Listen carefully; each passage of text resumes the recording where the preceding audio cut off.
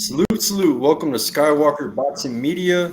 Team Mo Boxing, no problem. And we got a special guest today. We got the WBC Australian lightweight champ in the house, Charlie Kazzi. How you doing, champ? All good, bro. How are you going? How are you boys?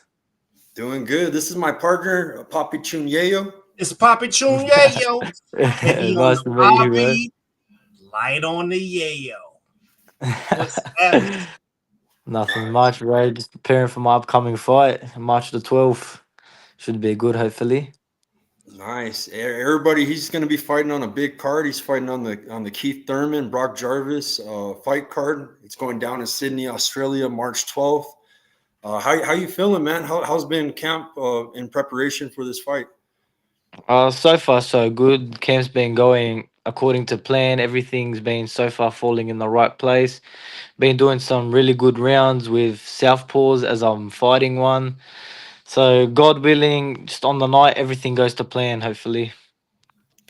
Nice. Fantastic. So, you're fighting in the 135-pound division. That's correct, yes. Nice, man. There's a lot of tough competition in there. Listen, over here in the States, on our channel, we like to familiarize, the audiences with up and coming fighters just so that they could follow your career. You want to tell our audience how it is that you got into fighting or boxing? Or did you play any sports or things like that prior? Oh, my dad used to be a professional fighter. He had a record of 17 wins, 2 losses, 1 draw. He turned pro when he was 27, but when he was old, he ended up being ranked top 15 in the world with the WBA, fought on many big cards such as Anthony Mundane's card against Danny Green and etc. Then then he had enough of it later on. He ended up having me and my brother, and we ended up taking the sport. I turned pro when I was 18. I had a pretty extensive amateur career. I went to the Olympic tryouts, won gold at the Oceania Games. And then when it was time to try out for the Olympics, I got knocked back because I was too young. I didn't meet the age requirements. And that was our sign from God to turn pro from then on. And you know what's been the best decision we've ever made? Nice. Yeah, you're 7-0, man. You look like you're the next big star coming out of Australia. Australia's been producing a lot of great fighters. I'm here.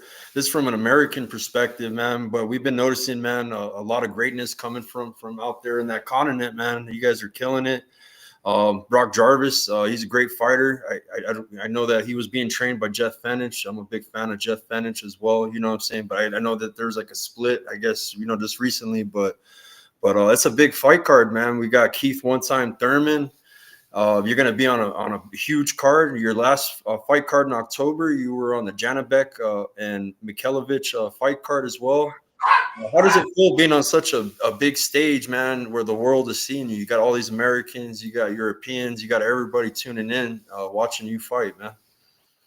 It's not really nothing new to me because I've prepared all my life for moments like this. Like, little does everyone know, when Brock was ranked top five in the world back in like 4 or 5 years ago, I was his main sparring partner and I was only 15 at the time. I was Oh, yeah. sparring him week in, week out. I've also mixed rounds with the best, such as the Dib brothers, Nikita Zoo, everyone. Like, I have to look at photos just to know how many rounds I've done with everyone. Like, no, Yeah. if I could hold my ground with him at 15 years old, what's someone? I'm 19 now. What's an adult gonna do to me? So I just feel like now God's given me the platform now to show my ability and showcase my skills now. Yeah, hey, let's make sure we familiarize people with the region of Australia that you're from, because everybody thinks it's all koalas and kangaroos and things like that. Right? So would you be considered a city boy living southwest of Sydney, right? Yes, Yeah, yeah. I'm from the inner west of Sydney. Yeah, Okay, yeah, it's none of that. It's none of that. That's right. more towards Perth and all of it, which is at the bottom of Australia. But kangaroos, none of that. That's just a typical stereotype. It's got nothing to do with here, Sydney. None of that. Yeah, we just want to make sure our audience is aware that Australia does have the city life, right? Look, we So got a city life. It's pretty dead at the moment, but we got a city life. Don't worry. It's nice. more to Australia than just kangaroos and koalas. So, like who have you looked up to growing up? Like, if you could name your, let's say top two, your top two favorite fighters, who would they be Top two, as in Australia or worldwide? in general? Oh, why? Yeah, it could be anybody. General, Roberto Duran, he's still a big icon of mine, and Jeff Fennick as well, because Yeah. I'm trained by him as well, and I'm trained by his former trainer Johnny Lewis. So just that history Man, there itself, I get to look yeah. up to. Just yeah, it's very inspiring for me, and I aspire to be like Four him. division world champion. That's Yeah, the exactly best right. training you could get, man, right The there. best the best fight in Australia ever so far. Right. Nice. Yeah. I mean, I see there's a Cambosis. He was carrying the torch real tough for you guys, man. And we got to learn a lot about the attitude and the dog and the fight that's inside of people that come from other continents. A lot of times we don't think maybe somebody got the dog in them. So let me ask you Yeah. a question about ethnicity. Would you be considered Australian, Greek? Like what type of So I was born in Australia, but my background, my ethnicity is Lebanese. Lebanese? Oh, okay. Yeah, but See? I'm Hey, more Aussie than what I am Lebanese. understood. I get called for being whitewashed, so it is what it is. Yeah. That's awesome. Mm. Look, so I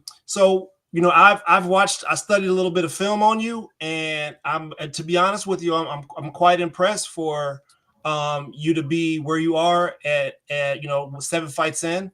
Um, have you been? You said you've been doing this since you were 8, Nah, younger. Probably since I younger. was 3. 3, yeah. Ooh, Very Like okay, cool. I Yeah. got not many people know I got a gym right underneath my house. We got everything: rings, sauna, spas, bags, anything you could ask for. So I'm there training twice a day. I got no excuse for failure. nice. Yeah, you did 10 years in the amateurs too, so you got an extensive amateur background. And here in New South Wales, you have to be 14 to have your first fight. So we were traveling interstate around Queensland, Melbourne, Victoria, everywhere at the age of 10 to get to rack up the experience. Ooh. Mm. You said fought in. We say sometimes you get jumped in and some things, but you okay. Well, I like what I'm hearing. Look, so when you, let's say 5 years from now, right? 5 years Yep. from now, what is the world going to be about Charlie? 5 years from now. And the new and still. Oh, one of those two. Whatever Okay, one it is, I'm not picky, but it's gotta be one of those. God willing. Yes, nice. sir. Do you have do you have a social media presence, as in maybe like an IG, It's Facebook, TikTok? What do you Yeah. have? Charlie underscore Kazzi. That's my Instagram. yeah, Got it's scrolling right here on the bottom. I got it scrolling where you guys can follow Charlie. Hey, Charlie, outside the ring, man, what kind of hobbies? What are you into outside the ring? I'm actually a bit of into every kind of sports. Like even while I was boxing, I was still playing rugby league, still swimming. So I got hobbies everywhere, man. Just the one thing I can't do is play PlayStation. None of those games. I'm more like an outside kid. nice. Yeah, we got a team Donaire. You know, Nonito Donaire. That's his father-in-law. He's asking what weight division. He fights at lightweight, Tata Jerry. And Nonito spent time in Australia too, out there training Zarafa. So Nanito is a legend. He's a legend of the sport. my bro, Nanito yeah, Donet. that's my bro, man. That's his family right there in the house, man. Shout out to Team Donaire. But He's a they legend. It'll be good to see him. Hopefully on March the 12th, if he's in Michael Zarafa's corner, it'll be an honor to see him there. right, and I heard that could be a possibility, right, as a replacement for Brock Jarvis. I heard something about Zarafa's name being brought up, so I was tripping out on that because I know that Jeff Fenech was training Jarvis, and I guess there was a split. I don't know. I don't really keep up with the gossip and all that, and I know that you're connected with the team, but I know that Zarafa could be a last minute replacement on the card, which that's Nonito right there, his bro. Oh, he says Oh, they're in Melbourne. They're going to be at your fight, I believe. So we're here now. perfect. Perfect. I'll see you there. It'll be nice to meet him. Yeah. Hey, you guys go meet Charlie. Tell Nonito and them to go visit. What's your gym? Can you shout out your gym out there in New South Wales? Elwood Boxing. That's our gym name. Elwood Boxing Gym. Wood Boxing Gym. Okay, Mhm. that'd be cool. Have Nonito Donaire. Fight. Absolutely. Yeah, fight division. 100%. Yeah, Him and Naoya Inoue, their first fight, that was a war and a half, that that was one. one of my favorite fights ever, man. Yeah, the first fight. Mm. It was That was an amazing. amazing fight. Could you describe what the environment is like inside of you guys' boxing events? Is it because from my experience of traveling overseas, most of the countries that I've been to in Europe and different places like that, people just break out into song, like and they just start singing. Like I don't know who does it, but they just start singing the whole song all on key, man. So is that something that you guys experience out there a lot? Oh, yeah, like, look, No Limit, they know how to put on a show. I'll tell you that. It's just like they haven't had the time to go worldwide yet, but when they do, it'll be you'll see their shows they put on the best shows in Australia you could ask for. And like Right. even in America, they've taken part in some big ones like the Zoo and Fundora, Yeah. the Zoo and Muratsayev, the Russian, I believe he fought. Like Yeah. they've already had some big cards there, so it's only a matter of time until they get to where they need to be. I got an Australian friend, and I'm a Mexican American. My mom's Mexican. My uncle was a Hall of Famer, Bobby Chacon from the '80s. So I grew up in a Yeah, boxing family. Yeah, he was a two-division world champ, and he fought everybody: Alexis Arguello, Boom Boom Mancini. Fought all the uh, greats, and he had some losses. Man, he was 59-7 with 49 knockouts, but was inducted in the Hall of Fame because he never ducked no smoke. He fought all the greats. Like his the resume. losses only make you better. Exactly. He avenged a lot of them too. So my uncle Yeah. was always going for the best, you know what I mean? Trying to fight Like the best. even with the guy I'm fighting now, Brock fought him, Sam Goodman fought him, another Australian Yui did fought him. Like Brock fought him when he had his 18th fight. Yui did fought him when he had his 20th fight. I'm fighting him when I had my 8th fight. So Yeah, it's just little step ups that take you to where you need to be. The better fights, the harder the fight, the better they make you. right. And do you see yourself fighting in a higher weight class? Kind of like when Brock Jarvis moved up from super feather all the way to super, you know what I mean? Super welterweight. That's a big step, man. Do you see yourself moving up at least to like Um, 140 or 147, maybe? I don't think if I was to move up, it'd be that drastic of a big weight cut from like 135 to like 160. But if I was to move up, I kind of make the weight quite comfortably, so I don't see myself moving up anytime soon. All right. But if I have to, if my body's getting bigger, I got no choice but to.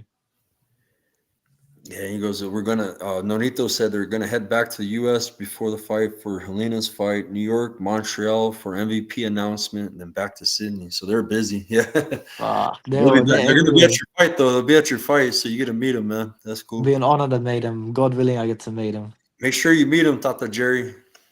Yeah, Yeah, that's his dad. Hey, He's so cool, bro. 49 he's a kids. Yeah.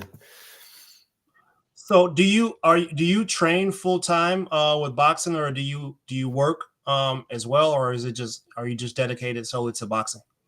So I train full time. I still train twice a day. I also work. I work in a building company, and but I got a few things going for myself. I got my own personal business, and me and my partner we have just released our own clothing line slash underwear business, which will be Oh, released soon.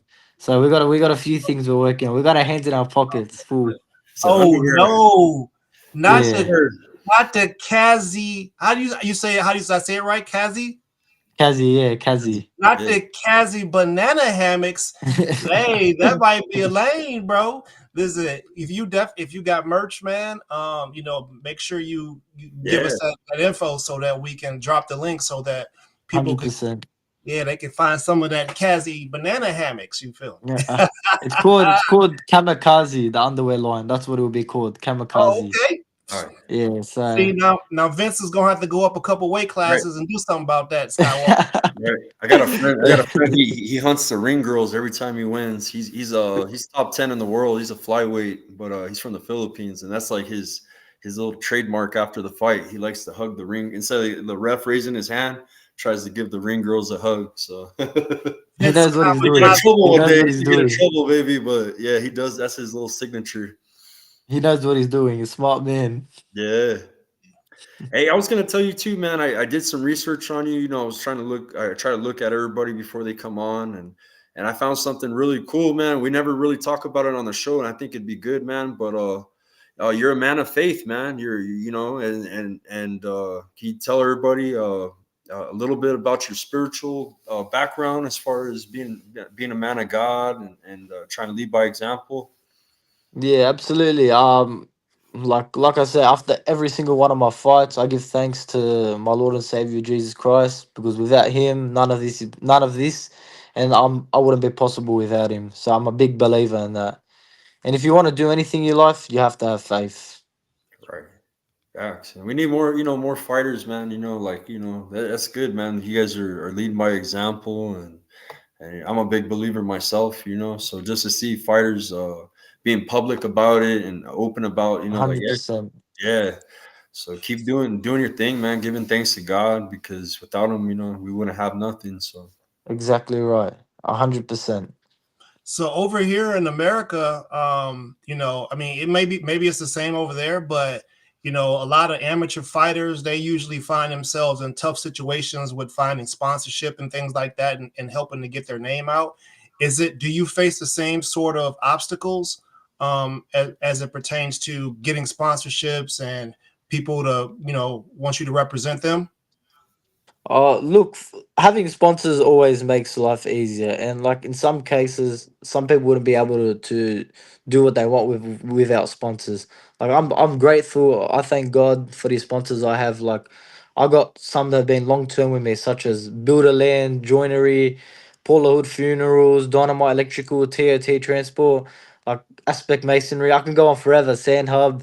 These guys like help me to live out my dream and do what I like train every day in, day out. So without them, none of this is possible.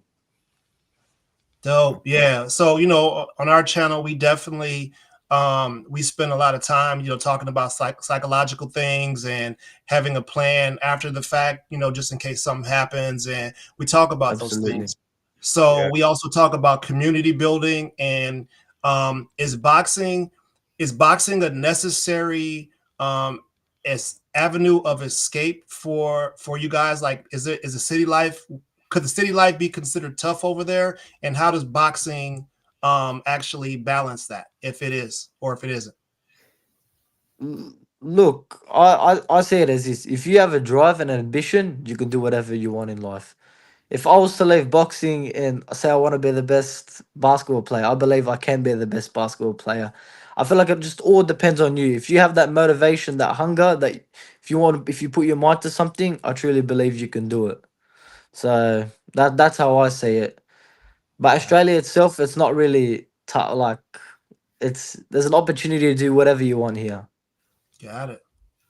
Nice. Shout out to Rock Chalk coming in and tell him.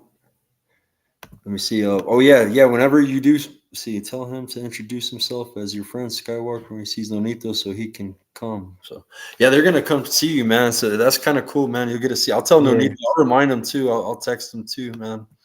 Let him that'll be know, a man. pleasure. Tell him tell Nonito to follow Charlie right here, Charlie Kazzi on Instagram. So yeah, Nonito's a good guy, man. He spent time helping Zarafa out. He's a legend. Honestly, Yeah, he's a legend. All good his dude. wars, everything. He's a Yeah, legend of the game. He's been there for warrior. He's always trying to help out the young, the Mm. prospects coming up. He's always giving them advice. That left like Angelo Leo's my brother, man. I don't know if you know my bro Angelo Leo, who just beat He Vinal. he he But came off a tremendous knockout against yeah, yeah, Lopez. That what a knockout that was. he's from over yeah. here where I'm at, but he trains in Yeah. Vegas because Vegas is like up the road. It's about it's an 8 hour drive from where I live at, and so a lot of our fighters go to Vegas to get the good sparring. There's really good sparring in Vegas. You know what I'm saying? And yeah, man. So Nonito, that left hook that he's been using on everybody, like Mike Plania, he used it on that pro box fight. He used that left hook.